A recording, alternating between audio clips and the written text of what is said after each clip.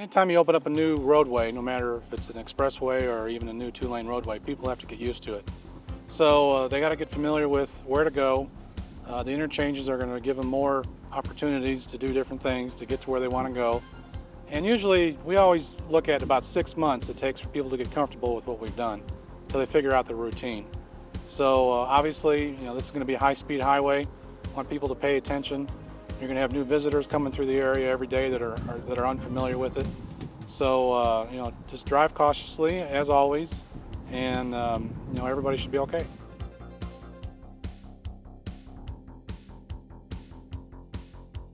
Right now we're working on the tie-ins on the eastbound side of both bridges, and currently traffic's on the westbound bridge, all 4 lanes, and we're planning to shift them tonight onto the eastbound bridge. And this bridge will actually only contain 3 lanes, 2 going east and 1 going west. And then the existing westbound bridge will have 1 lane going west. But essentially tonight, the expressway will open for both east and westbound traffic. Yes, it goes past my timeline. I came down here in '96, and we were talking about then, of course, and this goes back into the '80s. There was a project that was talked about back then and with the city, and the direction at that time was to build the 5-lane first and then look at building the expressway, and that's what we've done. So normally projects of this scope are around for 2 to 3 decades. MoDOT has a staff that has done the design work. You've also had consultants that may have done some design work on it. So more in the hundreds. You have different, and over that time period, obviously people retire, new people come on board, and so it's certainly has attracted a lot of interest from a lot of different people. Really, the community needs to be thanked for what we've done down here. They've supported the projects in MoDOT throughout the years, and this funding that we have for this project came from the Amendment 3 fund, which was a statewide ballot vote in 2004, and it's built a lot of these type corridor projects across the state, and we were fortunate to have this down here for Route 54, and a lot of local support. Jim Herperth was the Lake of the Ozarks Transportation Council certainly has spearheaded a large effort trying to make sure funding was supported for this project. Well, we just passed the Passover Road interchange area, and that's your first access to the existing road once you cross the Grand Glaze Bridge heading east. And now we're kind of back behind the outlet stores and Walmart, and actually in the park lane.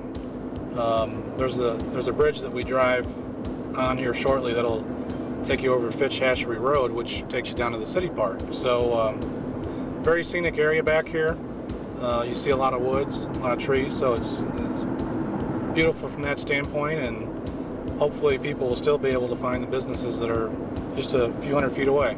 The Route 5 project, for example, that was 7 million yards just on the section through Camdenton. That was actually our largest grading project ever let in the state of Missouri, and still is today. And then the 54 Expressway has a total of about 4 million cubic yards that we have to move, and that's dirt as well as rock, as you mentioned. And that's a tremendous amount.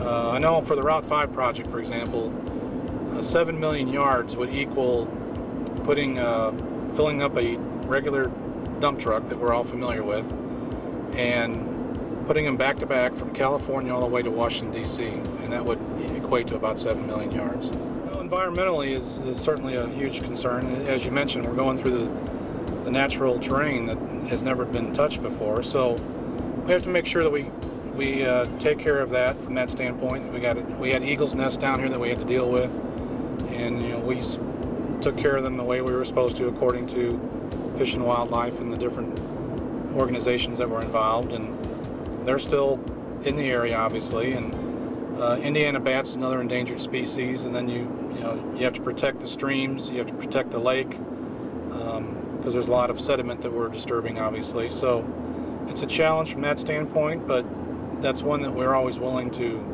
try to accomplish to the best of our abilities. Then when you build a new road, you have to go through people's property, so you have to obtain the right-of-way, and that can certainly be a challenge at times. And actually, there's been a lot of people that have donated their right-of-way because they recognize that it's going to be helpful for the entire community, and so they're willing to do that, which is outstanding. And then moving utilities is kind of the third phase. if you look at the 54 Expressway project, a third of the cost is building the project, a third of it's buying the right-of-way, and the other third is pretty much taking care of the utilities. But this is going down towards Bagnell Dam Boulevard and Business 54, which will take you back to Lake Ozark. So it's down below Bagnell Dam. The Osage River Bridge is just a half a mile ahead, and but it's the way people are going to be going to Jeff City now is on this new route. There's approximately 5 bridges on this east side of the Grand Glaze Bridge that we've had to put in. You know, we do cross the existing route twice, and there's 3 bridges that handle those crossings. And then you have the bridge here at the Bagnell Dam Boulevard, which is Business 54 location, and then you have the Passover Road Bridge. And well, I missed one. You have Fish Hatchery Road Bridge. So there were 6 bridges we built in this area. So you know, whenever you put in a new road, you cut the existing roads off. So you have to be able to maintain that access. And to do that, you put in a bridge or you build an at-grade intersection. And with an expressway, you're trying to not impede traffic flow. You want to make this as free as possible and allow people to get through the area as quickly as they want to. And so you build these interchanges that have the overpass bridges. The project, you know, on the east side of the bridge here, started in, well, I mean, there's different phases done, but essentially it started in 2006, and here we are, you know, 4 years later, wrapping this end up. Well, the big thing is, I hope people realize that this is a new alternative for people to come visit the area. It also provides an alternative for people to get through the area. You know, we've studied this new roadway, and about 20% of the cars today on the old road currently drive through the lake area and never stop. They're going to Branson, they're going to Joplin, they're going wherever they're going to go, but they're not stopping here at the lake. So that 20% will be off the existing road. And then, you know, the 40% more, roughly, are going to utilize the new road to get to where they want to go, the local traffic. So it's going to cut down dramatically on the existing route, the amount of congestion that you have there, which means a safer road for the existing route. And therefore, you're actually going to attract people that want to go out on the weekends when they know that there has been heavy traffic in the past. Now you're going to have much less traffic out there. People are going to be more comfortable driving to the businesses during the weekends, during the weekdays. Easier to make turns in and out of intersections, so the safety improvement dramatically increases. And we think that's just a huge advantage for people to realize.